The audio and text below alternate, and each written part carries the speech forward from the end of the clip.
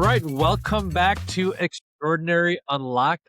I'm so excited to have my guest here, Moy Mendez. Moy and I way back in the day got connected through urban ministry. So if you don't know about me, I spent 10 years serving as an urban youth pastor. And during that time, we would always be looking for speakers at the winter retreats or summer retreats we'd be doing. And Moy and his young family came and volunteered. It was so sweet. He only had one child at the time. He brought his wife and his young daughter and was such a profound speaker. And over the years, Moy and I have stayed connected, and boy, he's done some tremendous things. And I just saw him blowing up on LinkedIn, showing up on WGN News. And I'm like, oh my gosh, this guy is doing so many great things. And so once I launched Extraordinary Unlocked, Moy was on the list of these. This is someone that needs to share their story because I want to know more about it. So, Moy, thank you so much for joining us today. Could you do a quick introduction of yourself? My name is Moy Mendez, and I live in the Chicagoland area. I have heavily enjoyed just my journey and staying connected with you.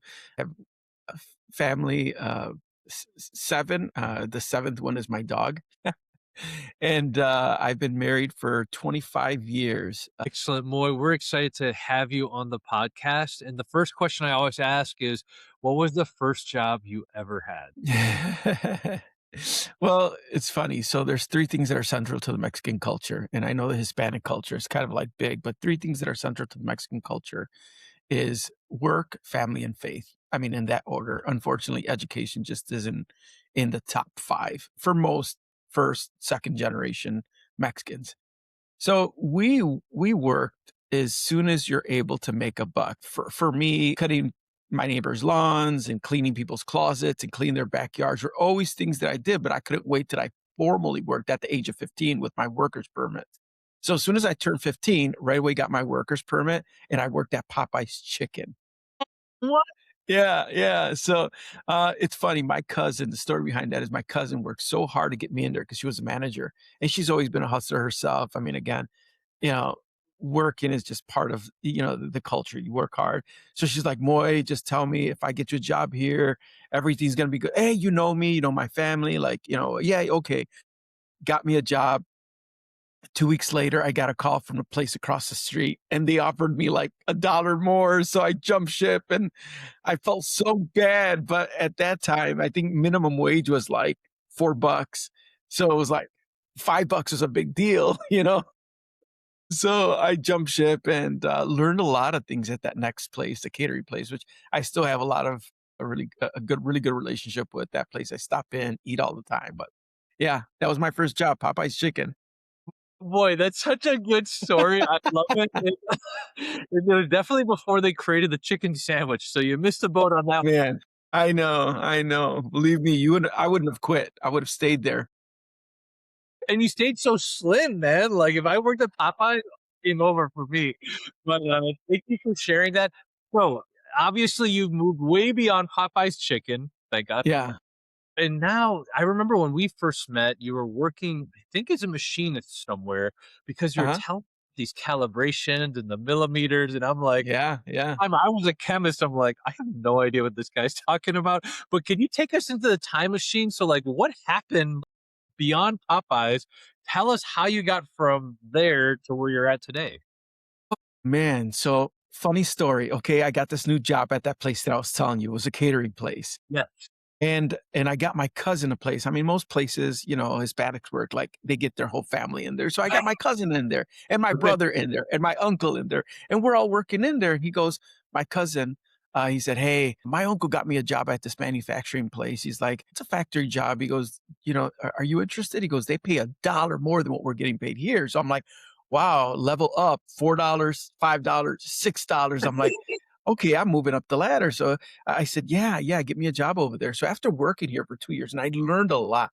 I learned a lot of very essential business practices at this catering place, that I will never forget, that have shaped the way that I think even as a manager, up to organizations today. So I went to this next place, and this place, it was, I mean, is grungy of a dirty, like, garage. I mean, unless you work blue collar jobs at the very, like, start, you don't know the kind of environment that exists in those areas.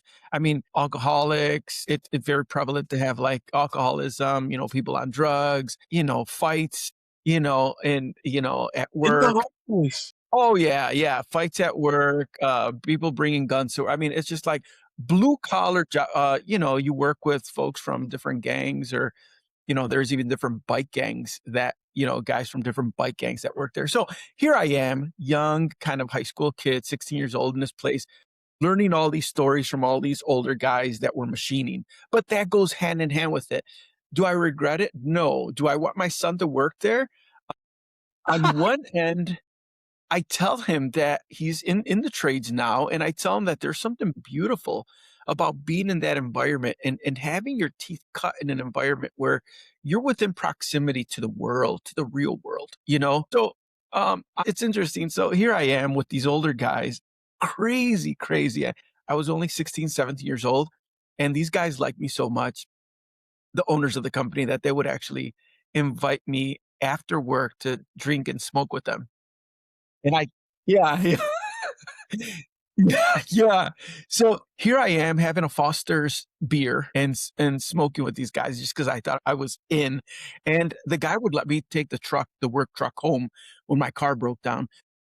So, I'm taking the work truck home, working at this manufacturing place. I'm ready to graduate. I'm there for a few years, ready to graduate, 17, ready to turn 18. My birthday's in May. So he's like, "Hey, Moy, you're getting ready to graduate." He goes, "I got a deal for you." He goes, "I'll pay for your education if you join our management team." He goes, "I would like you to come back and work for us as a supervisor." And I thought to myself, for the most part, if you're Latino, you tell yourself a narrative. Either I can or can't. And for me, I thought, son of immigrant parents, we're part of the working class. Nobody in management looks like me. The owners of this company are white, but they see something in me. And one of the things that they said is they said, "Moy, we really like your work ethic." And I thought to myself, my work ethic, of course, didn't matter what you were doing the night before. It didn't matter if you were sick, if you, whatever. Like your expectation to go to work is part of your family culture. There's no, "I'm not going to work. I don't feel it." No, no, you are going to work and you're going to like it. And you're going to get up the next morning, you're going to go to work again. So that was part of my work culture, and they said that they really like my work ethic. So lo and behold, joined their management team, that go to school, I get my programming degree, and I'm like, "Okay, wow, I've learned how to program in 5 different languages." Became part of the aerospace machinist union, started working in some aerospace projects. From there, the company asked if I needed any additional training, so I asked to go to business school.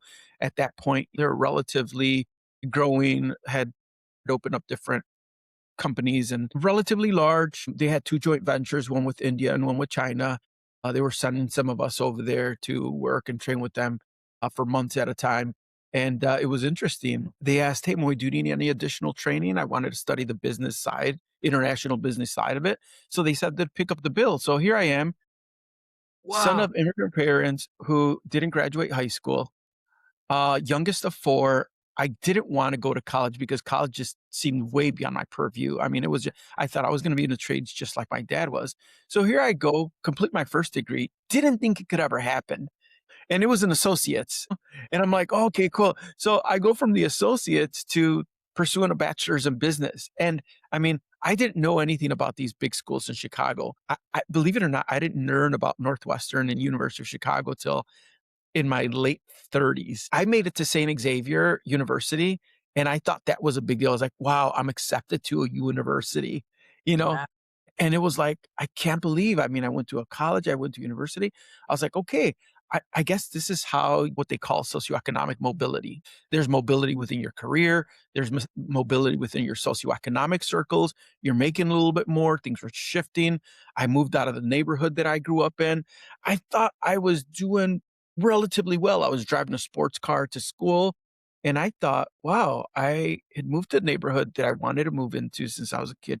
But there's something that just didn't settle in me. Although I would be drinking with the guys at work, the owners, and although, like, maybe I wasn't making a lot of the best decisions, faith had always been central to me. My parents sort of raised me in a church, and I always had this desire inside of me that, led me to seek out more than just myself. And as I grew older, even within that job, I started solidifying my faith. For me, taking a big step in my later years in life, I got baptized, started focusing on my faith, growing as a Christian, and started really praying like, okay, God, this is something that this is something that's cool. I'm happy. I'm happy that I get to tithe more than I ever have before. I'm glad that I get to be involved in my church more than I ever have before.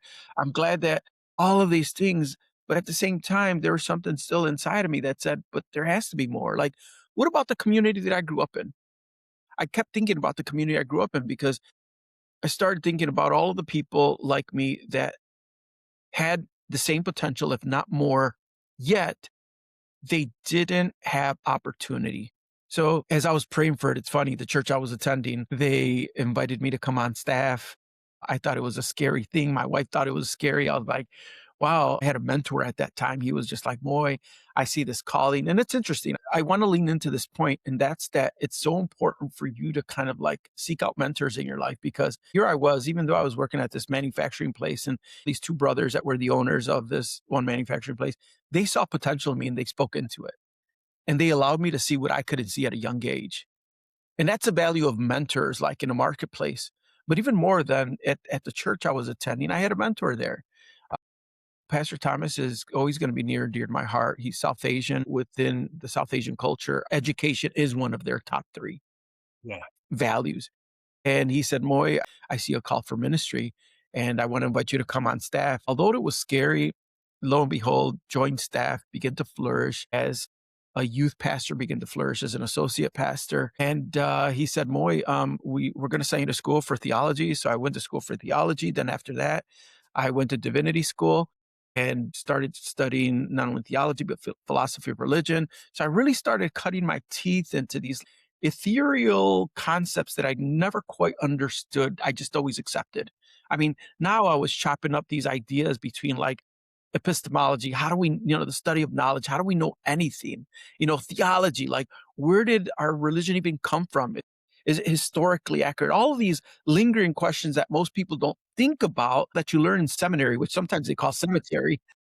Yeah, because that's where a lot of folks that's where a lot of people's faith die because you learn so much. There's this sense of dissonance that you experience between the two. Well, anyway, I graduate from seminary and here I am. I invested 5 years of my life at the church, needed two additional degrees there. So here I am. I'm thinking I never would have thought for somebody that was not even interested in going to school. Here I am, accidentally having 4 degrees. And it's funny because I wasn't even planning on it. The first two that I pursued were because of the work I was doing, and the next two was because of the work I was doing. So from there, I had a call from a mutual friend that I went to seminary with, and he said, "Hey, Moy, there's this friend of mine. They're looking for somebody to do work within the University of Chicago Northwestern with your background." He's like, somebody that has experience in the marketplace and also as a pastor. And I thought, okay, well, let me look into it. And honestly, I fell in love with it. Air Varsity has been so formidable for me. It's not just what they do, it's the culture that they created, the caliber of people that work within the organization. People that are passionate about spiritual formation, faith and work integration, and discipleship. And that was really attractive to me because I had never been part of such a unique culture that had a heart for the academy, that was a disciple of not only the heart, but also the mind. Yeah. So it began to really shift this next season in my career because I started to think differently. I've always been a learner, always been a learner. My family, since like I was a kid, they would call me the mad scientist because I would learn different things and experiment different Yeah. things. I mean, my dad was the type of person that he didn't know how to do things, but he would go to the library as somebody who immigrated here from Mexico to learn how to do something and do it. Wow. For That's instance, unbelievable. our engine like failed on our we had a Chevy Astro van. It failed. And I was 13 years old and he said, "Hey, I'm going to buy an engine and we're going to put it in a car." I said, What do you mean we?" He goes, "Yeah, you and I. We're going to go ahead and put it in a car."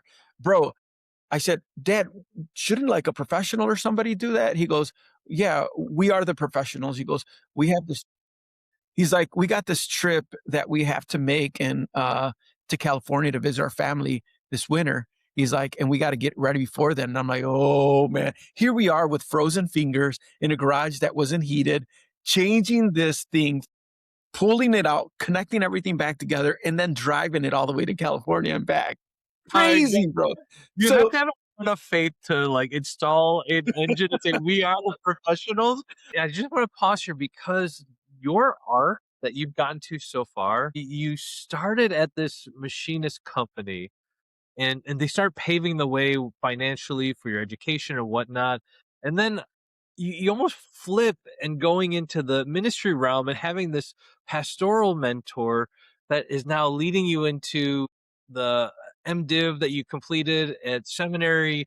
And boy, this is like it's almost like a flip in the middle of the story, and it's not even done yet. You're like only in the middle part of your career journey, but I really yeah. wonder, did you stay connected to that original owners? Like, did you still work and do the pastoral job? Or was it like that was the shift in your career where you're like, Yeah, that was a shift. okay, So it's funny, I went to go see those guys. I went to go just visit those guys and see how they were doing. They were really happy to see me and they were proud of me. And, it's funny because I kind of just brought them up to speed and let them know what I was doing in life. And it's funny, same old guys drinking at work, smoking. He's just like blowing the cigarette. And still he's like, doing "Boy, I'm not." He's like, "Louis, I'm not surprised." He's like, with a stoic face. He's like, "I'm not surprised." He's like, "You're a person full of potential." But it's funny because at that moment I couldn't see it. But that's what I said. Mentors, like within my story, is I think of even the title of your podcast, Unlocked. If there's anything that's going to unlock anybody, regardless of your worldview, seek out mentors that could see what you can't see because we all have blinders on and all of us tell ourselves this narrative that we've created subconsciously or consciously. But if I tell you right now, Eugen, could you go to the library like my dad did and find a Shilton's manual and change the engine of your car? If I tell you that, something inside of your head is going to tell you why you can't do that. yeah, exactly. Right? So Yeah, that's what I'm saying. Like, if you're going to unlock your life, the whole goal is to understand first those subconscious voices that are speaking this narrative into your mind. We have to be realistic. We can't be delusional. Part of it is just saying, look, this is why it's happening because I need more training in this area. Good. Pay attention to that subconscious voice because you might just need to invest the next few years into this particular area. But the other part is, hey, this is a negative voice that took shape during a certain traumatic moment in my life that I need redeemed or I need therapy for. All of us have some level of trauma in our lives, and that trauma has been able to shape our perspective of how we see the world. So I think we need to be aware of those voices, but again, we also need mentors to call those things out that we don't see. that's Yeah. powerful. Absolutely powerful. So that thank you for sharing that. I think that is so meaningful to many people that are just trying to figure it out on their own. They're just gonna say, you know what, I'm just gonna go do it. And Yeah. we need those voices of courage, the voices of encouragement to move into spaces that maybe the what we call sometimes imposter syndrome, the narrative, the story that we're telling ourselves that's not actually true. It's what we've told ourselves to believe to be true. And so thank you for that recommendation. And as you completed the MDiv and you're serving on the pastoral staff, what happens next? So I get this call from InterVarsity. I take the job with InterVarsity, but during that time, a fairly large church, anything over 1,000, I think anything over 1,000 is considered mega. That's a big search. Yeah, so this church that is about, 1 to 2,000 member church, predominantly black church right by my they give me a call at the same time and they say, "Hey, Moy, somebody told us that, you have this like gift for outreach that you connect to old people. We'd like you to join our team." And I asked, "Well, what would you like me to do?" And they're just like, "Well, I don't know." Like they were willing to build something. They were willing to make a position for me. They didn't have really a position open. So it was kind of cool. I really respected this one particular leader. And then he was with this other leader, Pastor Jerry and Pastor Ben, just two prolific men that I highly admire to this day. They were both just kind of saying, look, we don't know what we want you to do. We just could scout potential when we see it. Again, mentors, people that could see what you can't see. And they're just like, let's figure it out. So anyway, I talked to them and I said, look, I really like this ministry that I'm a part of and I want to stick with them. I just need to fundraise for this job. So once I'm fully funded, I'm going to make my transition out. It was funny because over that year, like they made me full-time offers because I was working part-time for both of them. And over that next year, they're just like, "Hey, we'd like you to consider full time." And then they invited me in, and I said, I'm really trying to stick with InterVarsity. Lo and behold, I ended up liking both ministries, and I said, "Hey, is it okay?" Talked to InterVarsity. I said, "Is it okay if I kind of just stick with you guys like at these limited hours?" Because I really like working at the church. And I told the church, hey, I really like working for InterVarsity. Is it okay? I just felt that they were both the best of both worlds for me. Yeah. And it's funny, I've been working over a decade for both of them, and I'm still with both of them. So it's interesting that they both worked out really well. But let me just share what I'm doing on the InterVarsity end. Okay. I started off as a campus staff, so supporting a lot of the MBAs at U Chicago Northwestern in the area of faith and work integration. How do you integrate your faith at work? For the most part, folks go to a lot of the top schools with grandiose dreams to either work at some of the top firms or serve at some of the top levels of the C-suite or any corporation or company. Well, my job there is always like, how do you integrate your faith at work to maximize your impact?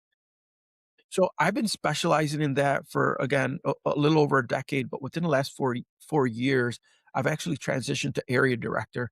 So now I am the area director for all of Chicago. I supervise a high capacity team that expands the work in law, business, medicine, and arts at the graduate level with graduate students and faculty. So that's what I've been doing there with InterVarsity. I've also had the privilege of planting a chapter at Loyola, where it's been a chapter that's been flourishing. So yeah, I still love that work. I'm still just as passionate about, the work that I do than when I started.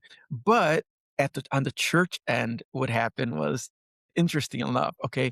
Here I am in the academy, like diving right into the business culture of these schools, right?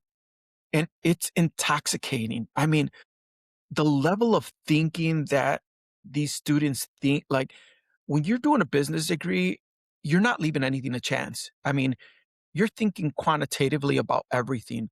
You're sifting through data. You're not leaving anything to chance. You have mathematical models that deal with probability and statistics. Your accounting is tight. So all of this whole mindset really attracted me. It was really intoxicating, right? And I thought to myself, you know what? I think I still have it in me to go back to school. That's what I thought, right?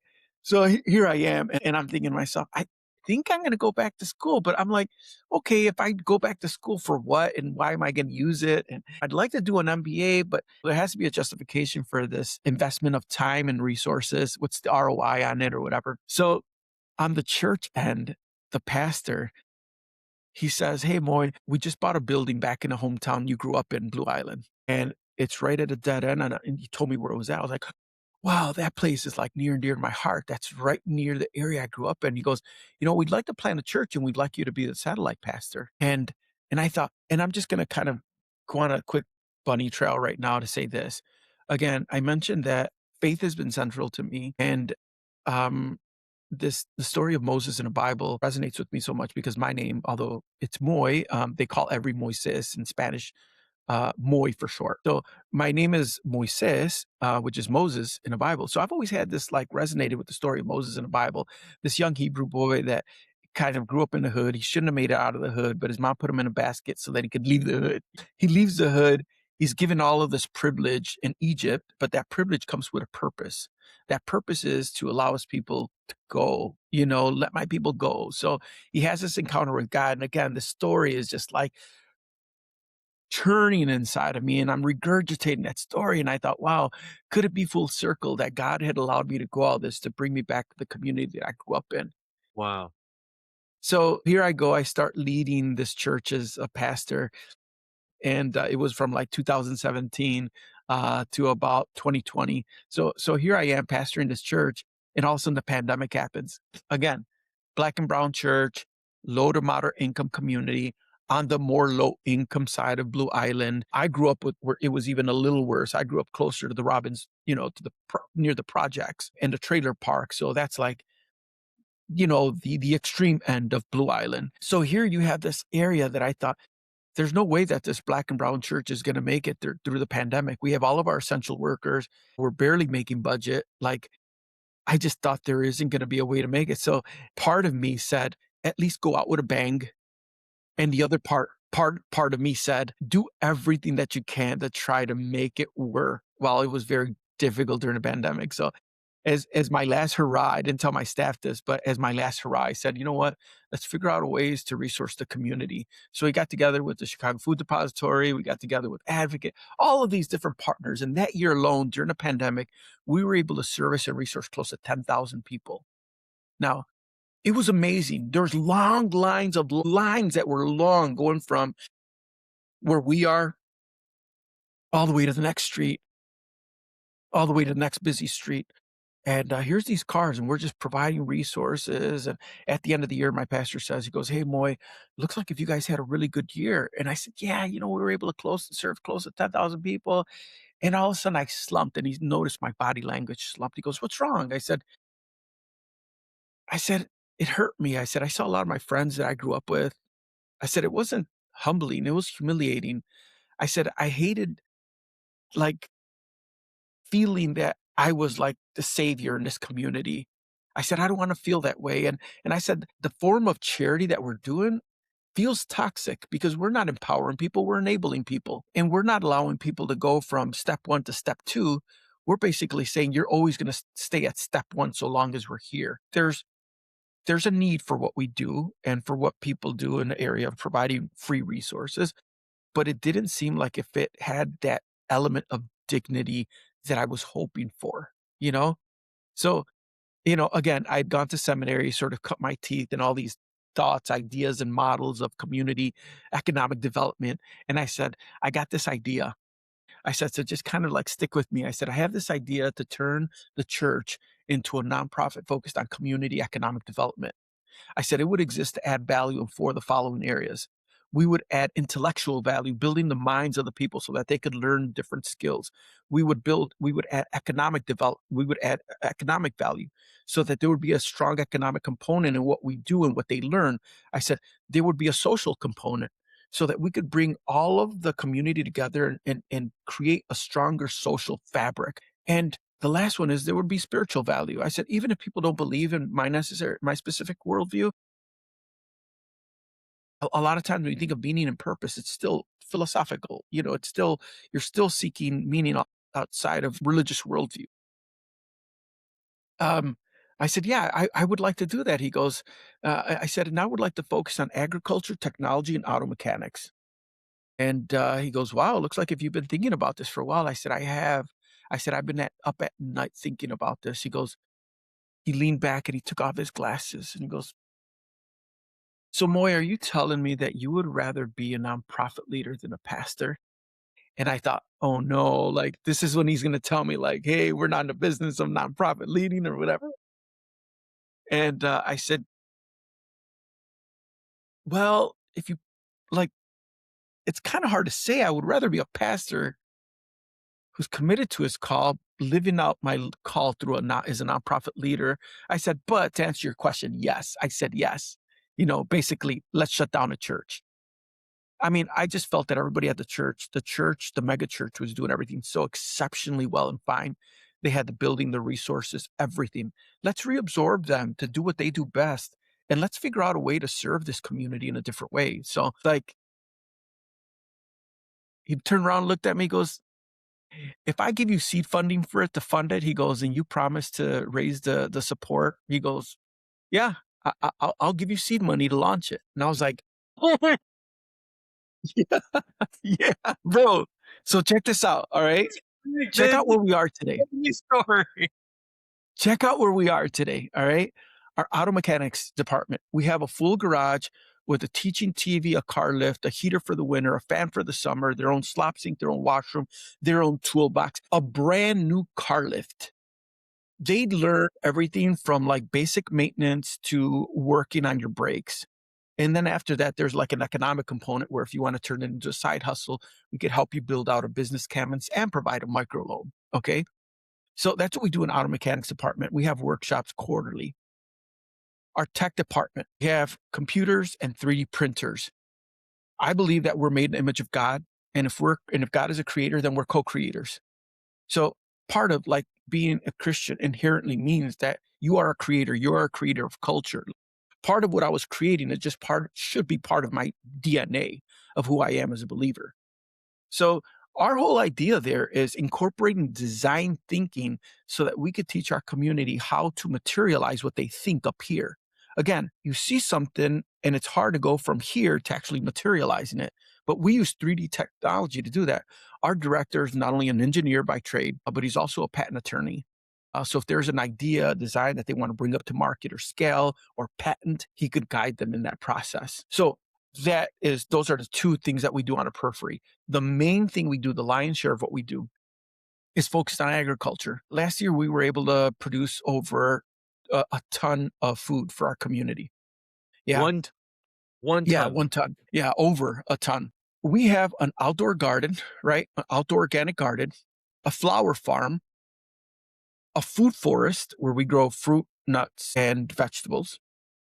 We have a greenhouse. It's about a 1,800 square foot greenhouse. We have a chicken farm that produces about 3,000 eggs a year. And then inside, are you familiar with hydroponics? I tell the audience what that is. So hydroponics is basically using water and light to grow vegetables. Now, the water obviously has to have the same nutritional value that it gets from the ground.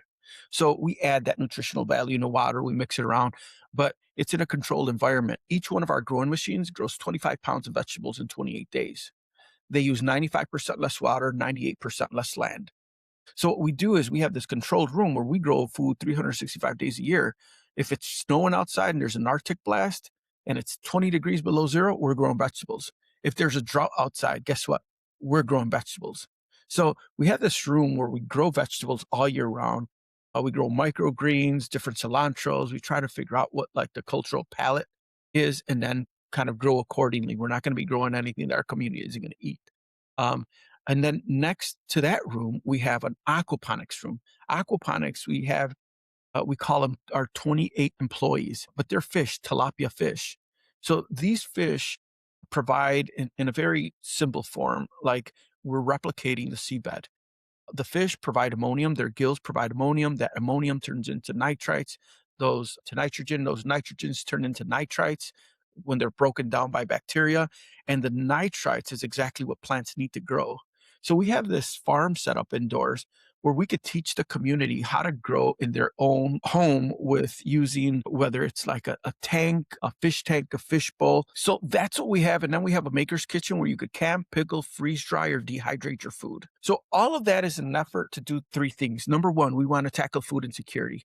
We have this audacious goal to go from a food desert to a food island. Within like the next 10 years, we want to informally remove our status as a food desert. The second thing we want to do is we want to educate our community on the importance of healthy eating and active living. And then the third thing we want to do is invite our community to learn a little bit more about this effort of growing food and marketing it. So at the end of the season, we can pickle, freeze dry foods that we could turn around, market, and sell. Through that transition, I figured I think I need something here to help me go to this next level. So there was this like class that I took at Northwestern, and it was on board management. And when I took it, I was like, wow, I really enjoyed this class. I think I'm gonna apply to, you know, get an MBA. So during that season, I actually pursued an MBA, This and is then I the MBA before or after the whole economic development. during the process. So it's all happened within the last like 4 years. So we officially transitioned to the Hope Center. We officially transitioned to the Hope Center in 2021. No, so we were formally the Hope Center in 2021. And at that point, I figured I need new skills. Again, I was kind of like yearning for like going to school, but I wanted to make sure that I was able to implement some of these frameworks. Ended up going to school, got a decent grant to go back to school, pursued an MBA, currently pursuing doctoral studies in the area of strategic leadership. So I really believe that both of these are going to allow me to not only scale the organization and scale the two areas of ministry that I'm a part of, but they'll also help me in future endeavors. In the future, I'd like to have my own consulting firm that helps nonprofit leaders like myself, not only here in the United States, but since I'm bilingual, also in Latin America and bigger cities like, Mexico City, even within Latin America, just places that are trying to understand like how to tackle some of these basic existential needs, food, career, food, even food is medicine. So health, nutrition, jobs. So I'm really leaning in, collecting a lot of data, taking copious notes, trying to refine what I'm doing, taking all of my learning, um, and just testing it. I actually just turned in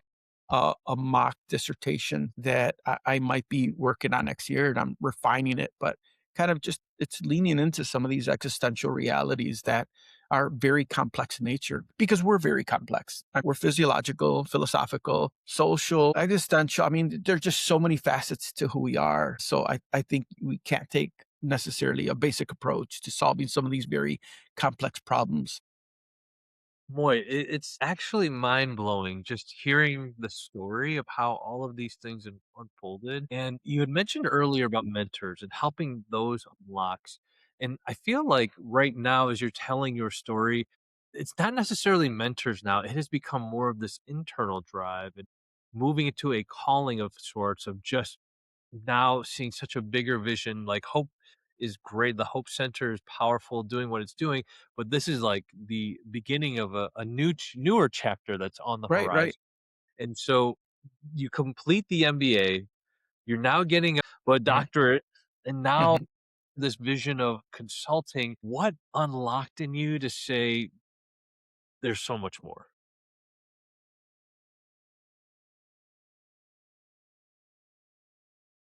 Honestly, it might seem a little cryptic, but ever since I was a kid, I mean, I think I'll share this. A lot of people don't know this. Now everybody will know this because of your famous podcast. But I was a sick child. Both my brothers played sports and I was always sick. And I think at an early life, I thought about mortality more than probably the average person. And I remember even while I was working that manufacturing job, I would read the newspaper, which is I don't know even know if they make newspapers anymore, but I would read the newspaper and I would always go to the obituary section.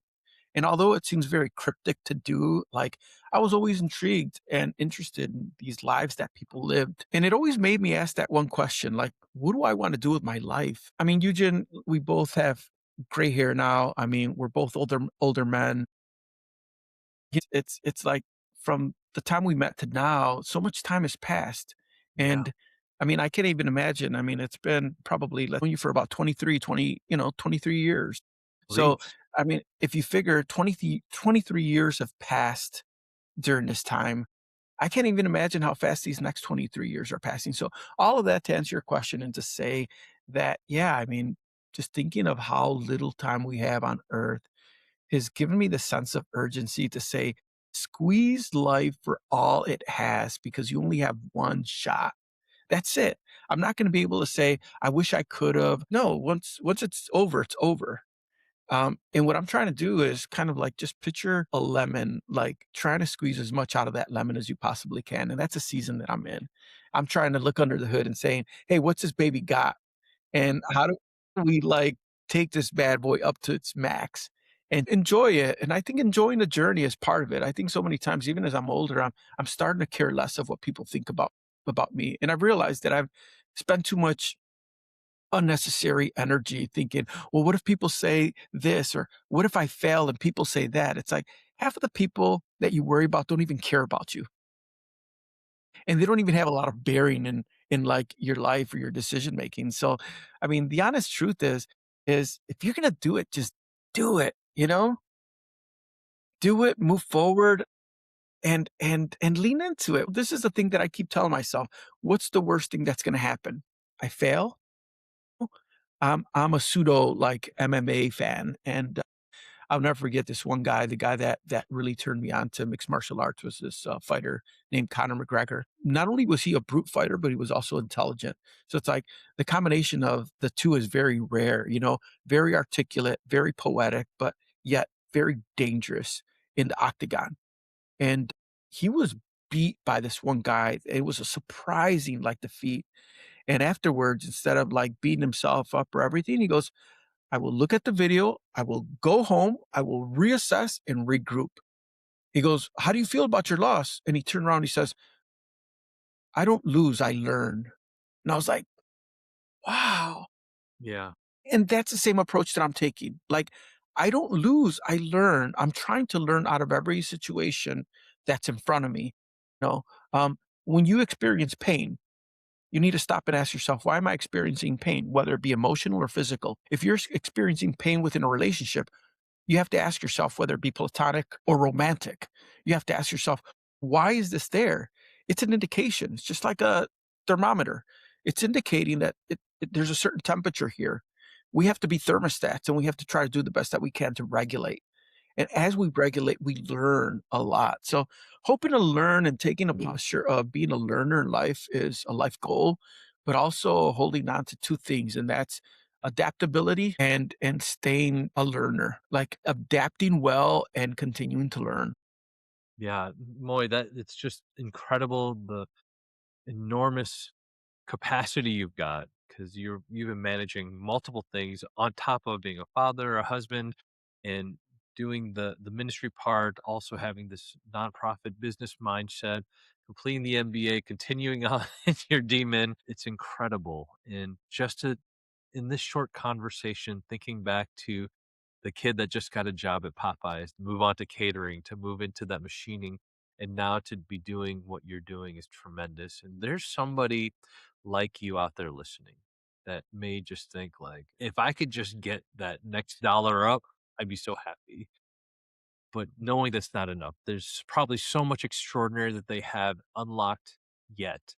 What advice would you give to them if they're feeling a bit stuck and they see you like, man, that story is amazing, but I don't know if I could do it? What would you recommend to them as a first next step? I would recommend that they find whatever source of inspiration they could get a hold of Hmm. that could help them think of the best version of themselves. Again, as a Christian, it's easy for me to say, go into the Bible, understand what the creator of the universe has said for you. But I also realize that a lot of folks that may be hearing your podcast may not necessarily share my worldview, and that's okay. But at the end of the day, if they're not happy where they're currently at, they need to be inspired to seek further from where they are. And sometimes that inspiration may come by walking in a park, walking in forest. They say that, if you walk outside in nature, your bodily inflammation decreases by like 20%. Your cortisol levels go down. Your blood pressure actually goes down. So find those spaces where you're inspired. It might be music. It might be working out. It might be having a conversation with somebody that's a lot older than you, maybe 2, 3, 4 times older than you that has Mm. experience. And even now, like, we're living in a very interesting time with, AI. Go on any AI browser and just be like, "Hey, what are some of the really cool top 10 things that I could, like, really pursue my life in?" And then give it, like, values. I wanna couple profit and purpose, you know? I don't just wanna be profitable, but I wanna be purposeful. What are some of the things that I could do in this area? And then plug in where you're gifted. I would also say to take assessments of yourself. I think a lot of times we don't know what's under the hood because we don't look. Go to Strength Finders 2.0 and take some of the free tests. Take a Myers-Briggs test, take a DISC test, take any test that's going to allow you to take inventory of the raw material. Sometimes we fail to see that we actually have a lot of really good things. Every person is very unique. Every person is uniquely gifted in a different way. So figuring out a way to maybe just like provide a dashboard for them so that they could see a comprehensive, like, dashboard in front of them that could help them take next steps. Yeah. Boy, thank you so much for sharing your incredible career journey and not even done yet. We're probably catching you in the middle because you're still Yeah. a young man. I know you don't feel it, but you're still a young No, guy. I do feel it. I do feel it. I do feel it. But I'm just excited to cheer you on, to support whatever you're doing, and I'm just so thankful that you were on the pod today. Thank you so much. We're moving into our lightning round, and I've prepared some questions for you. Okay. So every podcast guest I have, I always ask them a question about food. I love food. But when you think about mom's cooking when you were younger, and you maybe just like, man, this dish, when I eat this, or whenever I say I'm coming home and I want to have this, what dish is that? So, can I share 2? Because I have 2 off Yeah, the top of my head. Yeah. So, for sure. the first one is tacos de lengua. You know, and it's funny because when I was a kid, a lot of the farmers in Wisconsin, they would throw away the tongue. And we had friends that worked in one of those places that they would save the tongue that they would throw out. Well, once the farmers found out that Mexicans were like eating the tongue and the stomach lining, the market for that went skyrocketing through the roof. Now you can't find a lengua for like less than like 30 bucks, you know? So the cow tongue tastes like prime rib. It's very soft and Really? it's very tender. Yeah. So it tastes like I'm not kidding you. It's comparable to Larry's prime rib. Larry's isn't in Chicago anymore, but the old Larry's. It tastes like prime rib because it's so like tender. And then you slow cook it. Well, anyway, my mom would make some of the best tacos de lengua and some of the best salsa al mocajete, which is basically like salsa made on a rock, where you kind of just like chop everything up together. So that's my favorite. But my mom doesn't make this dish, but my grandma did. And my grandma's no longer with us, but every other Saturday, I still go find a place in Chicago to have menudo. And menudo is basically tripe soup.